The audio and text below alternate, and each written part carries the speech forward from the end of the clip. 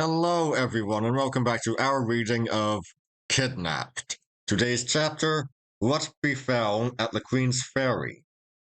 Let's get started.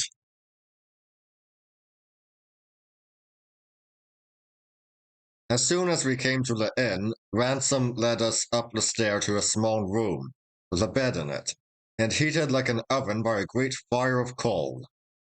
At a table, hard by the chimney, a tall, dark, sober-looking man sat writing.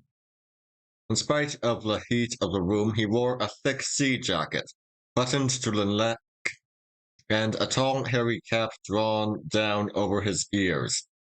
Yet I never saw any man, not even a judge upon the bench, look cooler or more studious and self-possessed than this ship captain.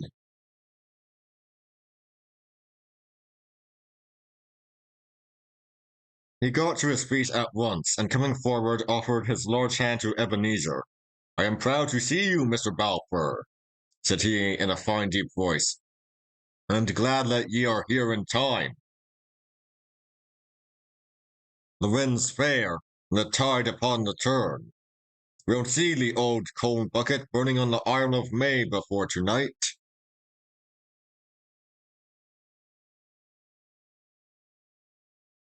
"Captain Hail Season," returned my uncle, "you keep your room unco hot."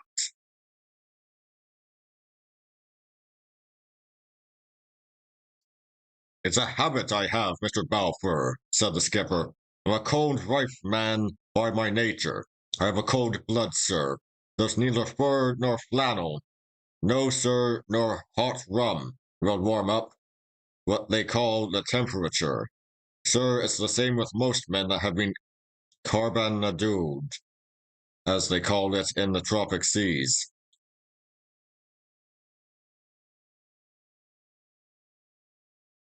"Well, well, captain," replied my uncle, "we must all be the way we're made."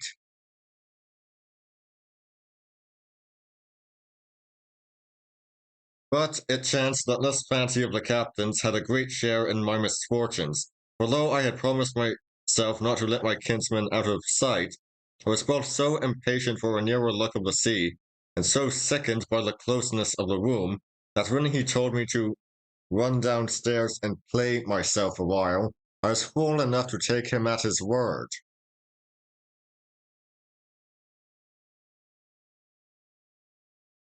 Away I went, therefore leaving the two men sitting down to a bottom at a great mass of papers, and crossing the road in front of the inn, walked down upon the beach with the wind in that quarter.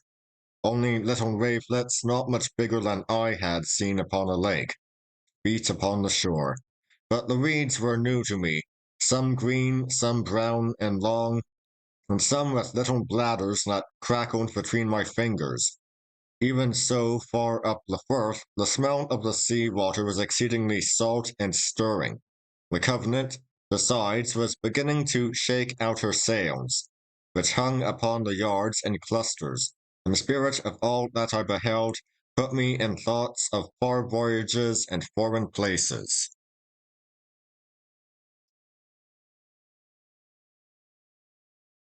I looked, too, at the seamen with the skiff.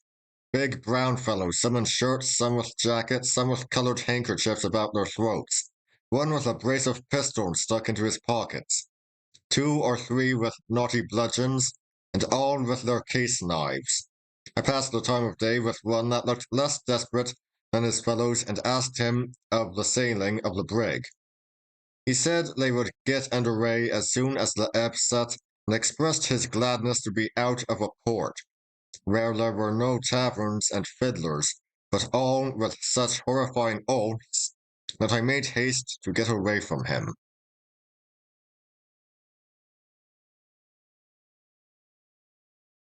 This threw me back on Ransom, who seemed the least wicked of that gang, and who soon came out of the inn and ran to me crying for a bowl of punch. I told him I would give him no such thing, for neither he nor I was of an age for such indulgences. "But a glass of ale you may have, and welcome," said I. He mocked and mowed at me and called me names, but he was glad to get the ale for all that. And presently we were set down at a table in the front room of the inn, and both eating and drinking with a good appetite.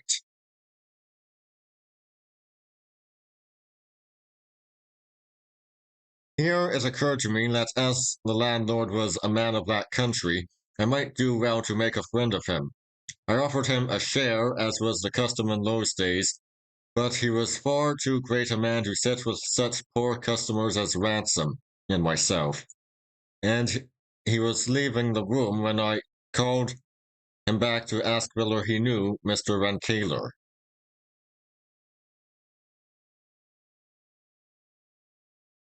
Hoot, aye, says he, and a very honest man. And oh, by the by, says he, was it you that came in with Ebenezer? And when I told him yes, you'll be no friend of his? He asked, meaning in the Scottish way that I would be no relative.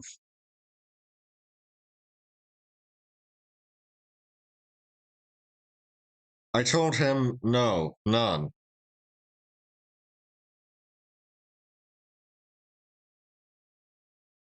I thought not, said he, and yet you have a kind of glyph of Mr. Alexander.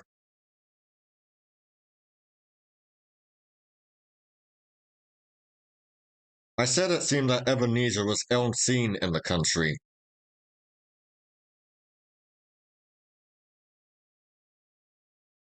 Nae doubt, said the landlord. He's a wicked old man, and there's many would like to see him gurning in a tow. Janet Clouston and Modern Mayor that he has harried out of house and hame, and yet he was ance a fine young fellow too. But that was before La Salle gaed abroad about Mr. Alexander. That was like the death of him.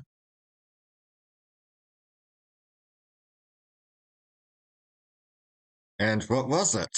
I asked.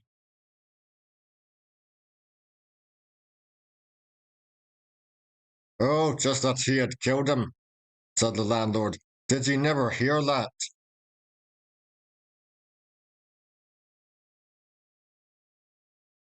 And what would he kill him for? Said I.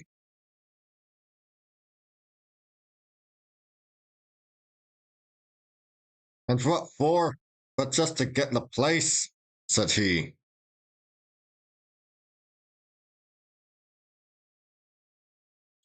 The place? Said I. The Shaws?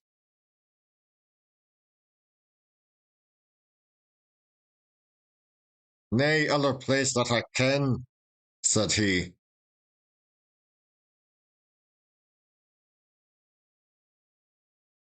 Aye, man, said I.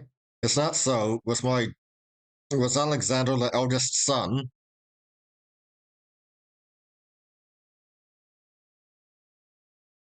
Deed was he, said the landlord.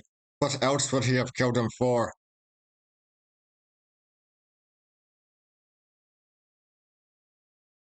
And with that he went away as he had been impatient to do so from the beginning.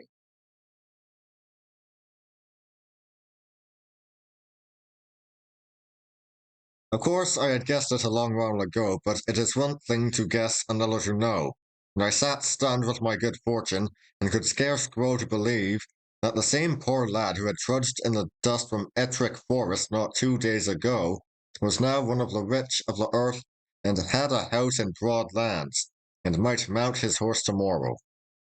All these pleasant things and 1,000 others crowded into my mind, as I sat staring before me out of the inn window, and paying no heed to what I saw, only I remember that my eye lighted on Captain Hoseason down on the pier among his seamen, and speaking with some authority. And presently he came marching back towards the house with no mark of a sailor's clumsiness, but carrying his fine, tall figure with a manly bearing, and still with the same sober, grave expression on his face. I wondered if it was possible that Ransom's stories could be true, and half disbelieved them. They fitted so ill with the man's looks.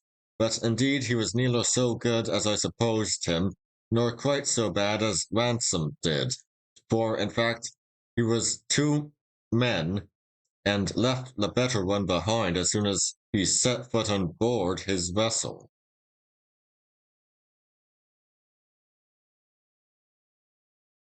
The next thing I heard my uncle calling me, and found the pair in the road together. It was the captain who addressed me, and that with an air very flattering to a young lad of grave equality.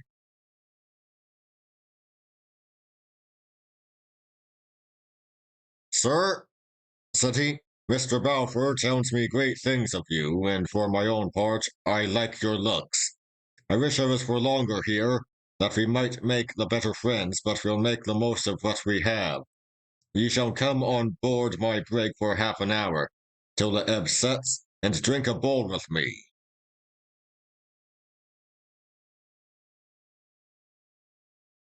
Now, I long to see the inside of a ship more than words can tell, but I was not going to put myself in jeopardy, and I told him my uncle and I had an appointment with a lawyer.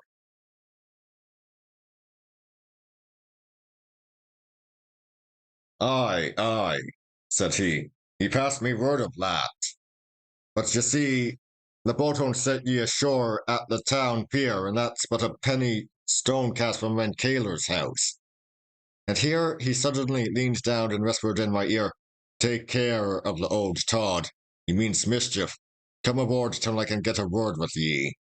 And then passing his arm through mine, he continued aloud as he set off towards his boat. But come, what can I bring ye from the Carolinas? Any friend of Mr. Balfour's can command? A roll of tobacco, Indian featherwork, a skin of a wild beast, a stone pipe, the mockingbird that mews for all the world like a cat, the cardinal bird that is as red as blood. Take your pick and say your pleasure.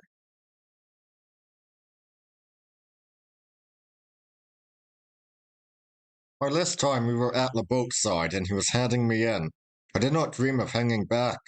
I thought, the poor fool, that I had found a good friend and helper, and I was rejoiced to see the ships.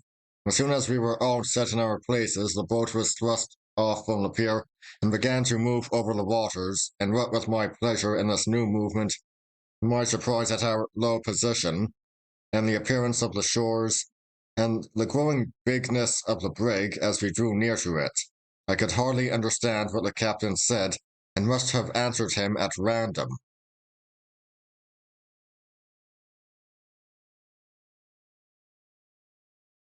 As soon as we were alongside where I sat fairly gasping at the ship's height, the strong humming of the tide against its sides, and the pleasant cries of the seamen at their work, Season declaring that he and I must be the first aboard, ordered a tackle to be sent down from the mainyard.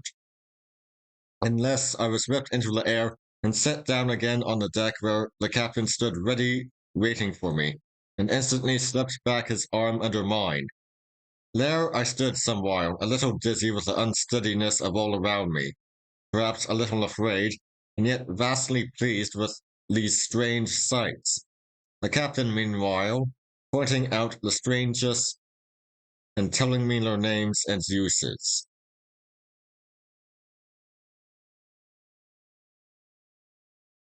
But where is my uncle? Said I suddenly.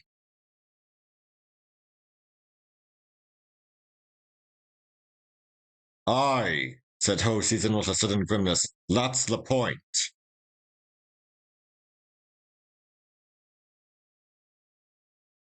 I felt I was lost. With all my strength, I plucked myself clear of him and ran to the bulwarks. Sure enough, there was the boat pulling for the town, with my uncle sitting in the stern. I gave a piercing cry, Help! Help! Murder! So that both sides of the anchorage rang with it, and my uncle turned round where he was sitting and showed me a face full of cruelty and terror.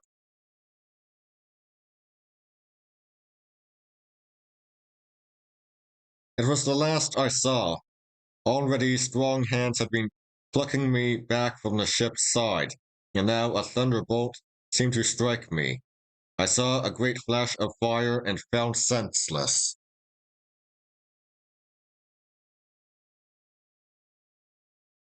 And that would be all for today. I'll see you all next time. See ya!